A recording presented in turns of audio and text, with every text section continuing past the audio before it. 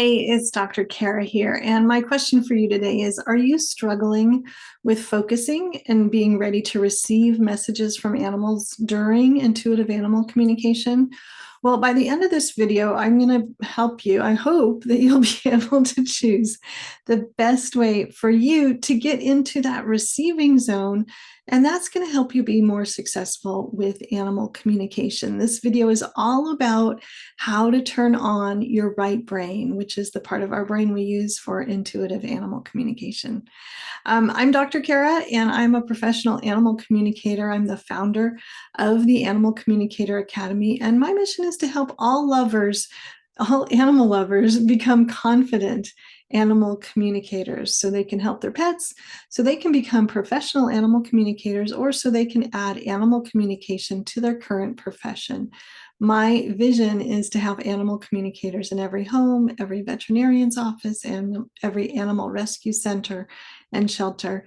And if you support this mission, then please like, subscribe, and hit the notification bell so we can reach even more animal lovers and animal communicators and help animal communication spread even faster than it's already doing.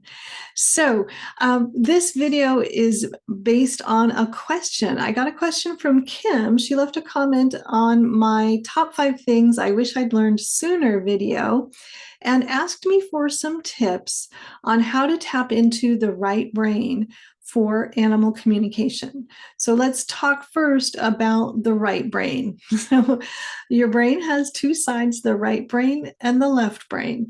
The right brain is the intuitive, creative, imaginative, connected, kind of non-linear, big patterns, all of that kind of stuff, more feelings, more, I think of it as like communion, right? Like feeling our connection with all of life. The left brain is our logical, analytical part of our brain. It's where we compare. It's where there's right and wrong. It's where there's good and bad. There's judgment. And it's very important for doing things, in order, step by step, figuring out what to do first, what to do later, all of that stuff. Both parts of our brain are super important for functioning as a whole human being.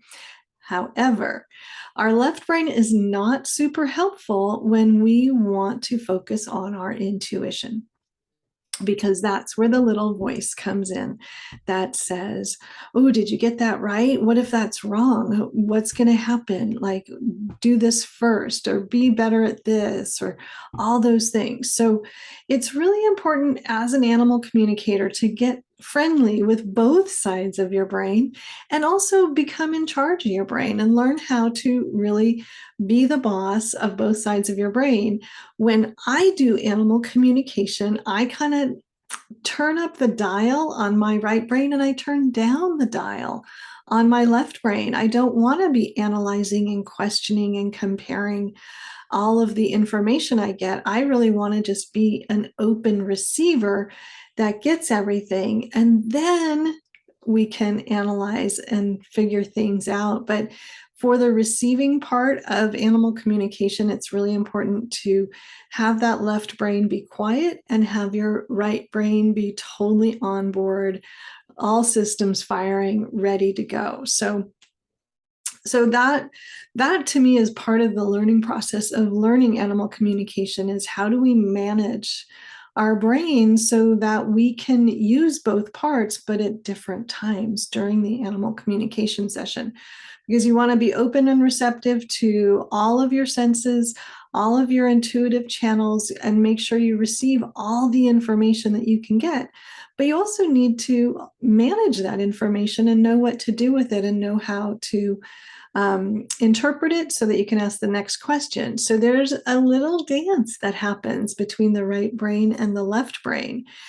And the first thing that seems to be hardest for us Westerners is to turn down the left brain and turn up the right brain. So that's Kim's question. How do we tap into that right brain? How do we turn it on? How do we amplify it? How do we make it the boss, make it in charge while we are communicating with animals, both for sending and for receiving information? So, in the big picture, activities that amplify the activity on the right side of our brain are things like meditating, dancing, being in nature, doing art, anything that's kind of repetitive and meditative, like jogging or cycling or walking, that it doesn't really demand our focus and attention. We can kind of do it on automatic, and that kind of can get us into the zone. And then kind of the wild card that maybe some people don't know about is EFT tapping. EFT can help us relax our nervous system, quiet our mind, and really get grounded and centered in our being so that we can then be more open and receptive and more right brain. If you don't know what EFT tapping is, check out my YouTube channel. I've got a bunch of videos about that. I will say that it is a energy modality that uses the energy channels in the body, the pathways that energy takes through our body, to send a little zap of energy through there to clear any blocks. And so you actually tap with your fingertips on these specific points, mostly on your face, but also on your ribs, your chest, the top of your head. And you can tap on these points, and this calms your nervous system, which quiets your left brain, and it relaxes and integrates the right and the left side of the brain so you can be more relaxed, open, receptive. So a lot of my animal communication students actually tap before every animal communication session, just for that reason, that it quiets the mind, it makes you relaxed, and it helps you be more receptive. So here's a bunch of ways that you can turn on your right brain. Not all of them are practical for doing animal communication. But so here's the advice that I have. You can use any of these activities to start to put your right brain in charge on demand. So you're going to use that activity intentionally to turn on your right brain. And then once you learn how to do that intentionally, say you're a runner and you know that if you run a certain amount, you feel that shift in your body where you go kind of right brain and you're not quite as left brain and linear. You can then transfer that ability to animal communication. It's not seamless, it's not perfect, it's not necessarily that easy, but it's totally possible. So I got some things for you to think about. Maybe these are questions that I'll ask you to help you figure out which of these activities and what approach is going to work best for you. So think about, when have you really been in a right brain dominant state? So open, receptive, meditative, feeling connected to all of life on the planet. When has that happened for you? How did you get there? So, what were the activities that you were doing that led to that? Were you out in nature? Were you listening to music? And the next question is, can that activity reliably activate your right brain to get turned on? So, if it's a certain piece of music, every time you hear it, does that help you to get into right brain mode? Is this something that you can do regularly? Music is a great example. Meditation is a great example. You can do it anywhere, anytime. Cycling, not quite as easy to do every time before you do animal communication. And then the last question is, can you do this activity before animal communication? So start to notice what activities kind of activate your right brain, and then see if there's other activities that get you in that same zone that might be a little more accessible more often, right?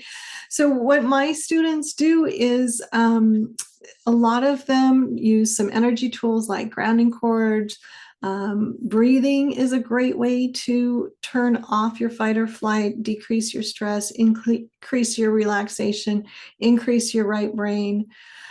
Tapping is another great way. So meditation, tapping, deep breathing, music is usually pretty accessible. When I first started as an animal communicator, I played the same relaxing music in the background for every session because that became part of my ritual for turning my intuition on with my right brain. So start to explore all these different right-brained activities and start to see how you can create a routine that will support you to reliably turn on your right brain so that you can be very receptive, very open, very intuitive before starting animal communication. So, what of these activities are new to you? Did you know about the right brain before? What are you going to try? What were your answers to the question? Please let me know in the comments. I'd be really curious to hear what you learned here, what's new information, and what's something new that you can try going forward that maybe you haven't tried before. If there's a topic about animal communication that you'd like me to address, just leave that in the comments as well, and I will answer those questions either in the comments or I'll make another video all about that. And if you would like me to be your animal communication teacher, come and join me at the Animal Communicator Academy. You can get all the information on my website at caragubbins.com. So I hope this was helpful. Please let me know in the comments and keep going, keep trying things, keep experimenting, and mostly just keep going. The world needs you as an animal lover and an animal communicator, and there's room for all of us. So come join us as an animal communicator. Good luck. Bye, everybody.